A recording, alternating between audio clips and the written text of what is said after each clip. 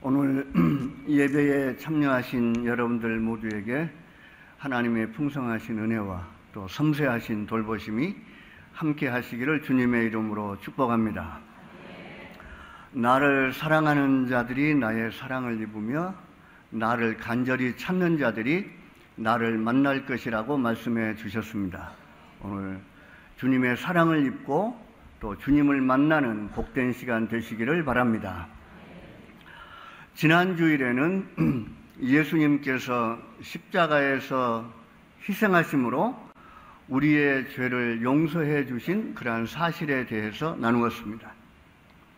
죄 용서는 전적인 하나님의 은혜이지만 우리가 우리의 죄를 주님 앞에 자백할 때, 참회하고 회개할 때 용서해 주시고 다시는 그 죄를 기억하지 아니하신다는 것을 성경 말씀을 통해서 함께 나누었습니다. 우리의 죄를 모두 용서해 주신 하나님, 그리고 앞으로도 우리의 모든 죄와 허물을 용서해 주신 하나님의 사랑과 은혜에 감사하면서 형제의 허물과 죄, 또 우리가 그리스도인으로서의 삶을 살아가면서 우리의 이웃의 잘못과 허물과 죄를 용서하면서 살 것을 우리에게 요구하시는 사실을 오늘 성경 본문을 통해서 함께 나누어 보도록 하겠습니다. 기독교인으로서 하나님의 말씀을 따라 산다는 것은 결코 쉬운 일이 아닙니다. 사람은 외모를 보지만은 하나님께서는 우리의 마음을 감찰하신다고 말씀해 주셨습니다. 구약 성경에는 살인을 하면, 사람을 죽이면 살인이라고 규정하였습니다. 그러나 요한일서 3장 15절 말씀을 보면은 그 형제를 미워하는 자마다 살인하는 자니 영생이 그 속에 거하지 아니한다고 말씀해 주셨습니다. 구약은 간음을 행할 때 죄가 성립된다고 하였습니다.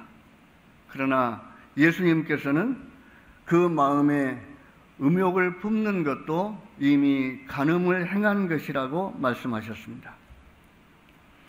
출애굽기 20장 17절 말씀에 보면은 이웃의 소유를 탐내는 마음도 하나님의 계명을 어기는 것이라고 말씀해 주셨습니다. 그래서 골로새서 3장 5절 말씀에 보면은 탐심은 곧 우상 숭배니라 그렇게 말씀하고 있습니다. 우리가 하나님을 사랑하고 또 이웃을 사랑하고 하나님께서 우리의 죄를 용서해 주심과 같이 이웃의 허물과 죄를 용서하면서 사는 것은 하나님께서 우리에게 가르쳐 주신 그러한 기독교인의 가치, 또 기독교인으로서 가장 중요한 그러한 일이라고 말할 수 있습니다. 그런데 이것은 대단히 실천하기가 어려운 그러한 일입니다. 마음과 뜻과 정성과 힘을 다해서 하나님을 사랑하고 또 이웃을 내 몸과 같이 사랑하는 것. 특히 하나님께서 나의 모든 죄와 허물을 다 용서해 주심같이 형제의 죄와 허물을 마음으로부터 용서해 주는 일, 이 사랑과 용서는 기독교의 핵심 가치이면서 예수님께서 우리에게 요구하시는 사항이지만 우리는 실천하기가 대단히 어렵습니다. 그래서 오늘은 하나님의 무한한 사랑으로 죄를 용서받은 우리는 형제의 허물을 용서하고 또 형제를 사랑하라고 말씀하신 예수님의 말씀을 중심으로 생각해 보고자 합니다. 전라남도 여천시 율촌면 신풍리에 가면 그 나병 환자를 수용하는 그 수용소인 애양원이라는 그러한 그 수용소가 있습니다. 지금은 병원으로서 그 역할을 하고 있는데, 이곳은 1925년에 선교사에 의해서 설립되었습니다. 그곳에 수용되어 있는 약 600여 명의 한센병 환자들을 대상으로 목회를 하셨던 손양원 목사님이라고 하는 분이 계십니다. 저희가 살아온 이 짧은 그 삶과 경험 속에서 예수님 다음으로 이웃사랑과 또 예수님께서 명령하신 그런 이웃을 용서하라고 하는 그런 명령을 몸소 실천하신 분은 그 손양원 목사님이라고 생각을 하고 있습니다.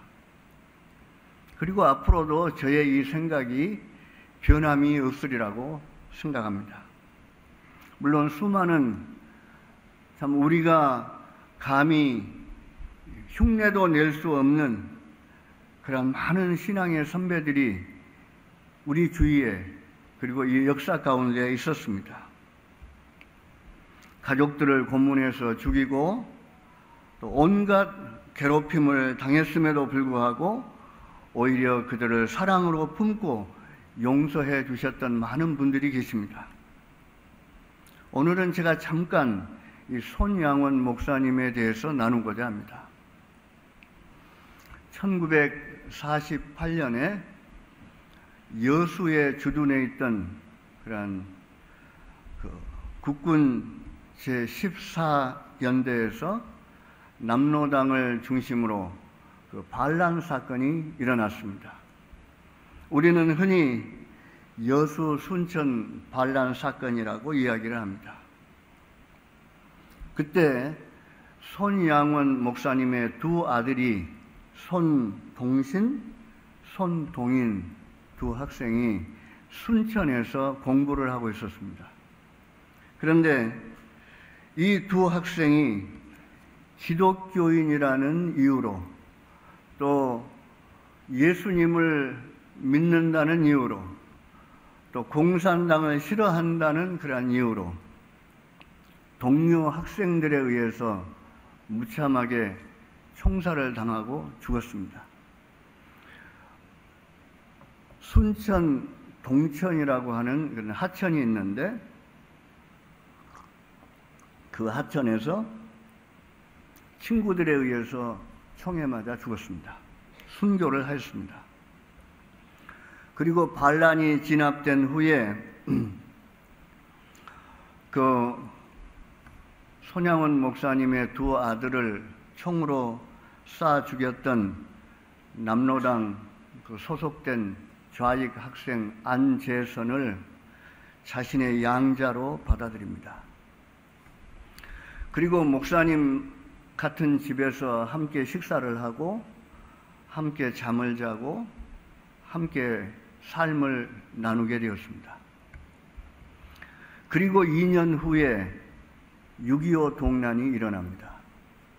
6.25 동란이 일어나서 이 손양원 목사님은 자신이 목회하고 계시던 애양원에서 공산당의 총에 맞아서 순교를 합니다.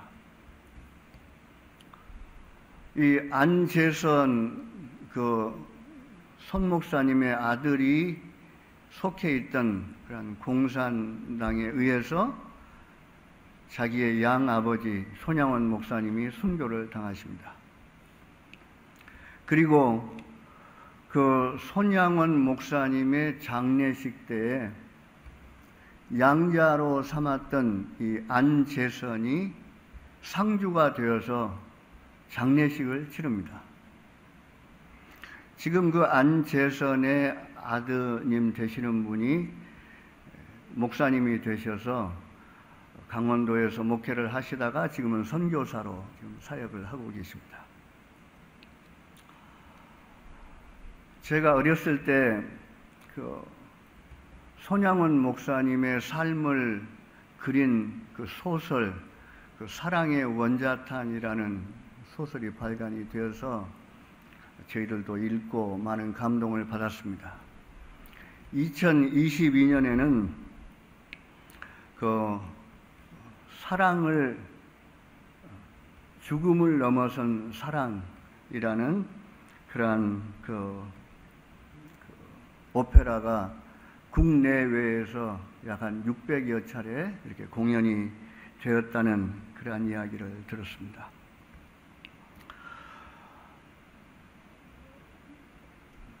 여러분들께서는 제가 간단하게 말씀을 드렸습니다마는 이런 이야기를 들으면서 어떤 생각을 하게 되시는지요?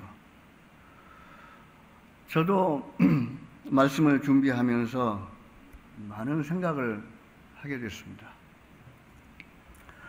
사람이 살아가면서 우리가 사회 속에서 그리고 직장에서 또 공동체 안에서 겪게 되는 그러한 어려움은 참 여러 가지 많이 있습니다. 그 중에 하나가 사람과의 관계라고 말할 수 있습니다. 혼자 사는 것이 아니라 공동체를 이루어서 사는 저희들은 이 공동체 사이에서 크고 작은 사소한 일들부터 시작해서 많은 일들이 일어납니다. 교회에서도 마찬가지입니다. 교회도 공동체이기 때문에 이 공동체 안에서 믿음이 좋은 사람, 남을 이해하고 배려하는 그러한 분들도 계시지만은 그렇지 못한 여러 가지 상황들도 많이 우리가 겪게 됩니다. 교우들끼리 서로 상처 주고 상처받는 일들이 비일비재합니다. 그래서 예수님께서는 너희는 세상의 소금이다, 너희는 세상의 빛이다, 그렇게 말씀해 주셨습니다. 세상 속에서, 사회 속에서, 공동체 속에서 그리스도인으로서 예수님의 가르침을 몸소 실천하면서 살 것을 우리에게 말씀해 주셨습니다. 중세 수도사들은 폐쇄 공동체를 이루어서 뜻을 같이 하는 사람들이 사회를 등지고 그 속에서 모여서 묵상하고 기도하면서 살았습니다. 공동체 속에서 그 수도원에서 또 수도사들이 이렇게 자기들만의 공동체를 이루며 살 때에 서로 갈등이나 미움이나 상처나 서로로부터 받을 수 있는 그러한 여러 가지 어려움들을 피할 수는 있지만 우리 주님께서는 우리에게 하나님의 자녀로서 세상 속에서 기독교인으로서 빛된 삶을 살 것을 요구하고 계십니다. 그래서 마태복음 5장 13절에서 16절에 있는 말씀 다 같이 읽겠습니다. 너희는 세상의 소금이니 도금이 만일 그 맛을 잃으면 무엇으로 짜게 하리요? 쓸데없어 다만 버려져 사람에게 밟힐 뿐이랴. 너희는 세상의 빛이라. 사람이 등불을 켜서 말 아래 두지 아니하고 등경 위에 두나니 이러므로 집안의 모든 사람에게 비치느니라. 이같이 너희 빛을 사람 앞에 비치게 하여 그들로 너희 착한 행실을 보고 하늘에 계신 너희 아버지께 영광을 돌리게 하라. 너희는 세상의 소금이다, 너희는 세상의 빛이다라고 말씀하고 계십니다. 교회 안에서의 빛이 아니라 세상 속에서의 빛, 수도원 안에서의 빛이 아니라 세상 속에서의 빛과 소금으로 착한 행실을 보이며 살 것을 우리에게 요구하고 계십니다. 뿐만 아니라 마가복음 16장 15절 말씀을 보면 너희는 온 천하에 다니며 만민에게 복음을 전파하라고 말씀하고 계십니다. 온 천하에 다니며 세상 속으로 들어가서 세상 속에서 복음을 전하며 세상 속에서 그리스도인으로서 그리스도의 증인으로서 빛된 삶, 하나님의 자녀로서 살아갈 것을 우리에게 요구하고 계십니다. 오늘 본문 마태복음 18장 21절 말씀에는 베드로가 예수님께 질문을 하였습니다. 선생님, 형제가 내게 죄를 범하면 몇 번이나 용서해 주면 되겠습니까? 7번까지 하면 되겠습니까? 그렇게 물었습니다. 사실 7번을 용서한다는 것도 쉬운 일이 아닙니다.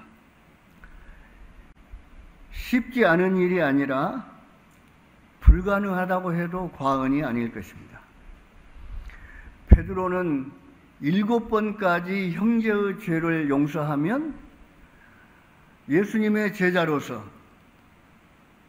또 제법 괜찮지 않을까, 또 예수님으로부터 칭찬 듣는 그러한 말이 아닐까 하고 생각했을 수도 있을 것입니다. 그러나 예수님은 베드로뿐만이 아니라 다른 제자들의 기대와도 완전히 어긋나는 뜻밖의 대답을 하셨습니다. 마태복음 18장 22절 말씀에 보면은 내게 이르노니 7번뿐만 아니라 70번씩 7번까지라도 할지니라. 그렇게 말씀하셨습니다. 이는 용서해야 될 숫자 490번을 말씀하시는 것이 아니라 용서의 무한정성을 말씀하시는 것이라고 할 수 있습니다. 기독교인들은 끝없이 용서하면서 살아야 한다는 그런 말씀입니다. 이것도 우리가 살아가면서 현실성이 없는 그러한 이야기로 들릴 수도 있습니다. 그러나 무한정성의 이 용서가 얽히고 설킨 우리 삶의 문제들을 해결할 수 있는 그런 만능 열쇠는 아니라고 저는 생각을 하고 있습니다. 경우에 따라서는 이것은 사랑이라고 말할 수도 없습니다. 또 잘못한 것에 대한 합당한 그러한 책임을 묻는 것도 사랑의 한 다른 모습이라고 말할 수도 있을 것입니다. 그리고 잘못한 사람들이 잘못을 인정하고 책임을 지는 것도 진정한 용서를 받기 위한 방법이라고 말할 수 있을 것입니다. 덮어놓고 용서한다, 또 기계적으로 용서한다 하는 것은 우리 하나님께서, 예수님께서 우리에게 요구하시는 그러한 내용은 아니라고 생각합니다. 그런데 예수님께서 마음으로 용서하라고 말씀하고 계십니다. 70번씩 7번을 마음으로 끝없이 용서하라고 우리에게 말씀하고 계십니다. 오늘 본문은 주님께서 1만 달란트 빚진 자의 비유 혹은 무자비한 종의 비유를 통해서 우리에게 참된 용서를 가르쳐주고 계십니다. 베드로의 질문을 받은 주님께서 답변 형식으로 진정한 용서에 관해서 말씀하고 계십니다. 형제가 죄를 범했을 때, 형제라고 하는 그런 범위를 정해 주셨습니다. 형제가 죄를 범하면 몇 번이나 용서해 줘야 합니까? 용서하다고 하는 의미는 내게 잘못한 것은 사실이지만은 잘못했던 이전의 상태, 이전의 관계와 똑같이 대하다 하는 그러한 뜻이라고 합니다. 다시 말해서 완전히 마음으로 용서하고 사랑하라는 그러한 뜻입니다. 인간의 내면에는 복수심이 자리 잡고 있습니다. 한 대를 맞으면 두 대로 돌려주고 싶은 그러한 마음입니다. 그래서 출애굽기 21장 24절 25절 말씀을 보면은 눈은 눈으로, 이는 이로, 손은 손으로, 발은 발로, 된 것은 된 것으로, 상하게 한 것은 상함으로, 때린 것은 때린 것으로 갚을지니라. 그렇게 말씀하고 있습니다. 해를 받은 만큼 돌려주라는 그런 말씀입니다. 상대방의 악행을 따라서 보복할 것을 말씀하고 있지만은 이 말씀은 보복을 남용하지 말라 하는 그러한 말씀, 그러한 구약의 법칙이라고 말할 수 있습니다. 그러나 예수님께서는 이 보복의 법칙을 깨뜨리시고 마태복음 5장 44절 말씀 다 같이 한번 읽어보겠습니다. 나는 너희에게 이르노니 너희 원수를 사랑하며 너희를 박해하는 자를 위하여 기도하라. 나는 너희에게 이르노니 너희 원수를 사랑하라. 그리고 너희를 박해하는 자를 위하여 기도하라고 말씀하셨습니다. 마태복음 5장 39절에서 42절에 있는 말씀 다 같이 읽겠습니다. 악한 자를 대적하지 말라. 누구든지 내 오른편 뺨을 치거든 왼편도 돌려대며 또 내를 속옷을 가지고자 하는 자에게 겉옷까지도 가지게 하며 또 누구든지 너로 억지로 오리를 가게 하거든 그 사람과 심리를 동행하고 내게 구하는 자에게 주며 내게 꾸고자 하는 자에게 거절하지 말라. 꾸고자 하는 자에게 거절하지 말라. 악한 자들이 구하는 것을 거절하지 말라고 말씀하셨습니다. 주님께서는 다른 사람의 죄를 무한히 용서해야 됨을 비유로 가르쳐 주셨습니다. 그래서 23절에서부터 27절까지 말씀을 보면은 어떤 임금에게 1만 달란트 빚진 자가 있었습니다. 이 1만 달란트는 상상할 수도 없는 엄청난 많은 액수의 돈이라고 합니다. 한 달란트는 한 사람이 6,000일 동안 일을 한 노임이라고 합니다. 한 사람이 1년에 300일을 한다고 하면 20년 동안 일을 해서 받을 수 있는 그러한 노임이 한 달란트라고 합니다. 그런데 이 종은 1만 달란트의 빚을 졌습니다. 어떤 이유로 이렇게 많은 빚을 졌는지 알 수 없지만 아무튼 어마어마한 큰 액수의 빚을 졌습니다. 그런데 임금이 이 사람을 불러다가 빚을 갚으라고 요구했습니다. 너와 내 아내와 자식들과 내 전토를 팔아서 이제 빚을 갚으라. 그렇게 요구를 했습니다. 그랬더니 이 1만 달란트 빚진 종이 임금에게 엎드려서 고개를 조아리면서 참아달라고 요청을 했습니다. 불쌍히 여겨달라고 간청을 했습니다. 이 모습을 불쌍하게 여긴 임금이 그 종을 불쌍하게 여겨서 그 어마어마한 돈 1만 달란트의 빚을 탕감해 주었습니다. 이제 빚을 안 갚아도 된다고 그렇게 말해 주었습니다. 이것은 하나님께서 우리 인간들의 죄를 용서하시는 그러한 방법이라고 말할 수가 있습니다. 인간이 감히 갚을 수 없는 그러한 엄청난 죄를 하나님께 졌지만은 예수님께서 우리의 모든 죄를 십자가에서 희생하심으로 대신 갚아주셨기 때문에 우리는 더 이상 죄에 대한 값을 지불할 필요가 없게 되었습니다. 단지 하나님께 나와서 우리의 죄와 우리의 잘못을 뉘우치고 회개하면 우리의 죄를 용서해 주시겠다고 약속해 주셨습니다. 이는 아무 조건이나 아무런 대가가 없는 풍성한 은혜와 사랑의 배려라고 말할 수가 있겠습니다. 빚을 탕감받은 자, 죄를 용서함을 받은 자가 해야 할 일은 무엇인가?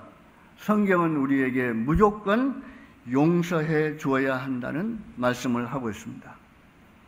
1만 달란트의 빚을 탕감받은 이 종은 얼마나 기뻤겠습니까? 기뻐 뛰면서 밖으로 나오는데 자기에게 100데나리온 빚진 동료 한 사람을 만나게 되었습니다. 그런데 이 종은 자기에게 데나리온 빚진 그러한 동료의 멱살을 잡았습니다. 돈을 갚으라고 윽박질렀습니다. 100데나리온은 한 사람이 100일 동안 일을 해서 벌 수 있는 그러한 노임이라고 합니다. 약 한 4개월치의 임금입니다. 도망가지 못하도록 물리적인 힘으로 그를 붙잡았습니다. 목을 잡고 숨을 쉴 수 없을 정도로 목을 졸랐습니다. 빚을 갚으라고 독촉을 합니다. 잠언 22장 7절 말씀을 보면은 부자는 가난한 자를 주관하고 빚진 자는 채주의 종이 된다고 했습니다. 물론 빚도 재산이라는 그러한 말을 우리는 흔히 하고 있습니다. 빚을 갚을 능력만 있다면 이 또한 맞는 말이라고 생각합니다. 그런데 100데나리온 빚진 그러한 자와 1만 달란트의 빚을 진 사람과는 비교할 수 없을 만큼 그러한 보잘것없는 그러한 금액임에도 불구하고 참아달라고 요청하고 사정하고 했지만은 그 동료에게 무자비하게 대했습니다.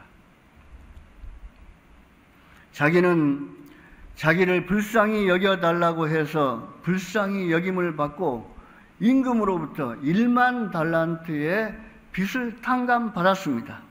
그리고 풀려났습니다. 자유의 몸이 되었습니다. 그럼에도 불구하고 자기에게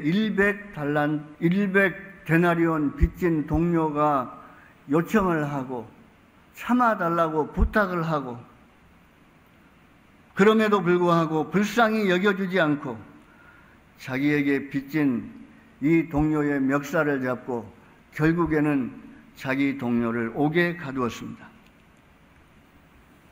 무자비한 종은 자신의 빚을 탕감해준 주인의 은혜를 이미 망각해 버렸습니다. 동료의 사소한 잘못에 대해서 용서의 마음이 전혀 없는 그러한 비정한 자였습니다. 어떻게 보면 우리는 하나님 앞에서 엄청난 큰 죄를 용서받은 하나님의 자녀들이었습니다. 그리고 하나님의 자녀로 살아가는 하나님의 백성입니다. 그럼에도 불구하고 우리에게 잘못한 사람들을 얼마나 용서하며 살아가고 있는지 한번 돌아보는 그러한 시간이 되었으면 합니다. 오늘 31절에서 35절 말씀에 용서하지 못할 때 용서받은 사람으로서 우리의 이웃, 우리의 형제, 그들의 잘못과 죄를 용서하지 못할 때 어떠한 결과가 우리에게 기다리고 있는지 마태복음 18장 33절에서 34절에서 우리에게 말씀하고 있습니다. 다 같이 읽겠습니다. 내가 너를 불쌍히 여김과 같이 너도 내 동료를 불쌍히 여김이 마땅하지 아니하냐 하고 주인이 노하여 그 빚을 다 갚도록 그를 옥졸들에게 넘기니라. 그렇게 말씀하셨습니다. 서두에서 말씀드린 대로 무조건 용서해야 한다는 의미는 덮어놓고 용서하는, 그리고 기계적으로 용서하는 것을 의미하지는 않는다고 생각합니다. 그런 의미에서 성경이, 그리고 예수님께서 우리에게 말씀하시는 용서의 기술을 한번 말씀을 통해서 찾아보도록 하겠습니다. 제가 아주 오래전에 그 용서의 기술이라는 책을 읽은 기억이 있었습니다. 그래서 말씀을 준비하면서 그 책을 찾아서 한번 읽어봤습니다. 그 루이스 스머즈라고 하는 그 기독교 윤리학자이시고 또 신학자이시고 기독교 그 작가이신 아주 훌륭하신 분인데, 그분의 책을 읽으면서 많은 그런 도움을 받았는데, 오늘 성경 말씀에 보면은 예수님께서 이 비유의 말씀을 하시기 바로 전에 마태복음 15장 18장 15절에서 18절 말씀에 보면 형제가 죄를 범했을 때 어떻게 용서를 해야 하는지, 어떤 단계를 거쳐서 용서해야 하는지를 우리에게 가르쳐주고 있습니다. 제가 이 말씀을 읽으면서 대단히 합리적이고 그리고 공동체를 살리는 차원에서 대단히 좋은 용서의 기술이자 용서의 방법이라고 생각을 했습니다.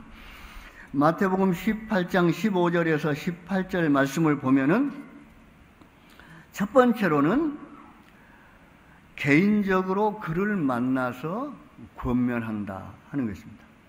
그래서 그 말씀 보면은 형제가 잘못했을 때 그냥 무조건 용서한다가 아니라 그를 만나서 권면하고 그가 잘못하고 있다는 것을 깨우쳐 주는 것입니다. 두 번째는 개인적으로 만나서 말을 듣지 않을 때, 이해하지 못할 때 오히려 적반하장의 그런 그 자세를 보일 때 두세 증인을 데리고 가서 충고한다고 했습니다. 그 다음 세 번째로는 두세 증인이 함께 가서 충고를 해도 듣지 않으면 교회에 공개해서 교회 대표자가 그를 치리하게 한다 그랬습니다. 그리고 네 번째로는 그래도 말을 듣지 않으면 이방인과 세리같이 여겨야 된다. 그렇게 말씀해 주었습니다. 이것은 제가 하는 말이 아니라 예수님께서 제자들에게 직접 하신 말씀입니다. 합리적이고 또 상식적인 방법으로 또 공동체를 살리는 그러한 차원에서 형제를 용서하고 또 형제를 받아들이고 또 사랑으로 감싸는 그러한 좋은 방법이 아닌가 그렇게 생각을 하였습니다. 나의 의지와 노력으로는 무조건 무한정 우리의 형제의 잘못과 죄를 용서해 줄 수 없을지라도 성령님께서 우리의 마음을 감동하셔서 비록 피해자가 가해자에게 용서를 구하지 않아도 우리는 마음으로 용서해 줄 수 있을 줄 믿습니다. 그래서 우리는 주님 앞에 기도해야 할 것입니다. 형제를 용서할 수 있도록 마음으로 우리 형제를 용서하고 또 사랑할 수 있도록 하나님 앞에 기도하면 하나님께서 반드시 우리에게 힘을 주셔서 형제를 용서할 수 있는 능력을 주시리라고 확실히 믿습니다. 요한일서 2장 9절 말씀 또 12절 말씀을 보면은 빛 가운데 있다 하면서 그 형제를 미워하는 자는 지금까지 어두움에 있는 자요. 자녀들아, 내가 너희에게 쓰는 것은 너희 죄가 그의 이름으로 말미암아 용서를 받았기 때문이라. 우리가 하나님으로부터 용서받았기 때문에 우리의 이웃을, 우리의 형제를 용서해야 된다는 그러한 말씀을 우리에게 해주고 있습니다. 다 같이 마태복음 18장 14절 15절 말씀을 함께 읽겠습니다. 너희가 사람의 잘못을 용서하면 너희 하늘 아버지께서도 너희 잘못을 용서하시려니와 너희가 사람의 잘못을 용서하지 아니하면 너희 아버지께서도 너희 잘못을 용서하지 아니하시리라. 사도 바울은 골로새서 3장 13절 말씀에 누가 누구에게 불만이 있거든 서로 용납하여 피차 용서하되 주께서 너희를 용서하신 것 같이 너희도 그리하라고 말씀해 주셨습니다. 우리가 하나님으로부터 죄 용서를 받은 용서받은 죄인이었다면 남의 죄를 용서하며 살아야 할 것입니다. 남의 과실을 용서해야 내가 하나님으로부터 큰 죄를 용서받았다는 증거가 되기 때문입니다. 용서받은 하나님의 자녀로서 천국 백성으로서 이웃을 용서하며 사는 예수님의 사랑과 용서를 실천하는 소망의 가족들이 다 되시기를 주님의 이름으로 축복합니다. 찬송가 251장 놀랍다 주님의 큰 은혜, 우리 함께 부르시고 오늘 말씀을 생각하시면서 하나님께 우리의 모든 죄와 허물을 용서해 주신 주님의 은혜에 감사하면서 이웃을 용서할 수 있는 힘과 능력을 주시도록 통성으로 기도하겠습니다.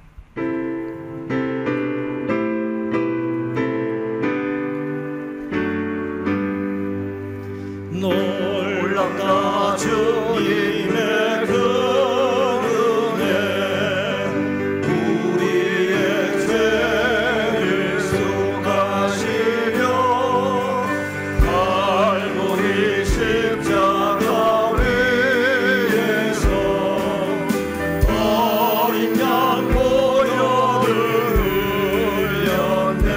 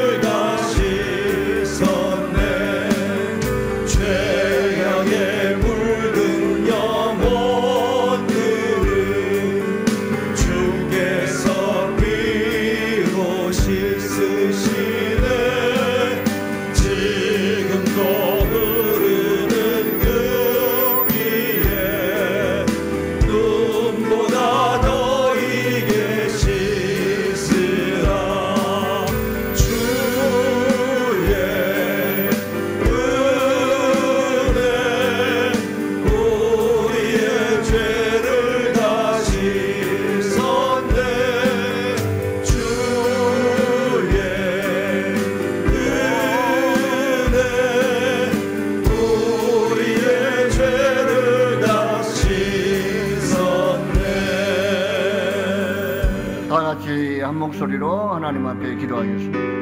거룩하신 우리 하나님 아버지 감사합니다. 우리의 모든 죄와 허물을 용서해 주신 주, 우리도 이웃의 죄를 용서하며 살 수 있도록 도와주시고 우리 하나님께서 우리의 삶 전체를 맡아 인도하여 주시니 감사합니다.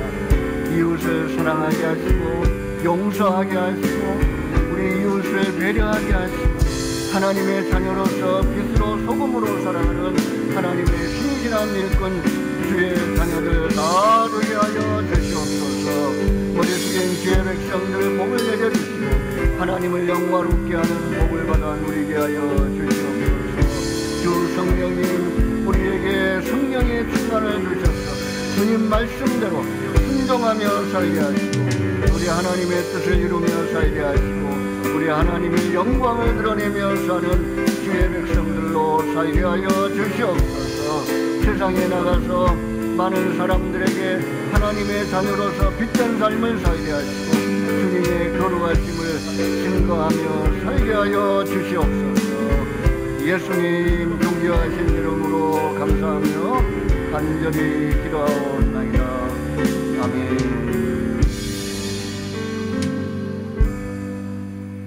십자가에 의해서 우리의 모든 죄와 허물을 대신 지시고 물과 피를 쏟으신 우리 구주 예수 그리스도의 크신 은혜와 독생 성자 예수 그리스도를 십자가에 내어놓으시기까지 저희들을 사랑해 주신 우리 하나님 아버지의 만극하신 사랑과 성령님의 내주하시며 교통하시며 충만케 하시는 은사가 오늘 하나님 앞에 나와서 우리의 모든 죄와 허물을 용서해 주신 하나님의 무한하신 은혜를 깨닫고 이웃의 우리의 형제의 모든 죄와 허물을 무한히 용서해 주기로 마음속에 다짐하는 하나님의 거룩한 백성들, 자녀들 머리 위에, 그리고 이 땅에 많은 하나님의 사람들, 또 저 선교지에서 복음을 증거하는 선교사들, 이 땅의 모든 사람들, 백성들 머리 위에 이제로부터 영원 무궁까지 함께 계실지어다. 아멘.